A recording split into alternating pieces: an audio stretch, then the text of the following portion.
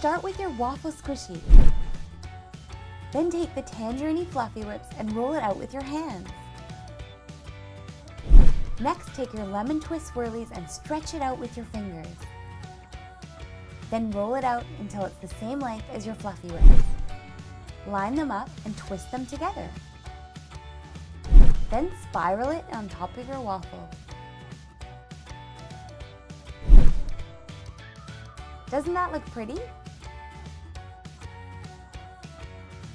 Next, take your Bluebellicious Jameez and roll it out into a flat piece that's the size of your waffle. Use your fingers to stretch out the swirlies and cut or tear them into small pieces.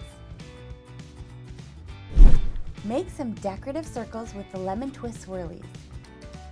Pinch the ends together to make circles and add them on top of your Jameez. Next, stretch out your Starberry Drizzlerz and put it on top. Add your whipped cream dollop and a twist of Fluffiwhipz. Add the berries. And now, time to squeeze.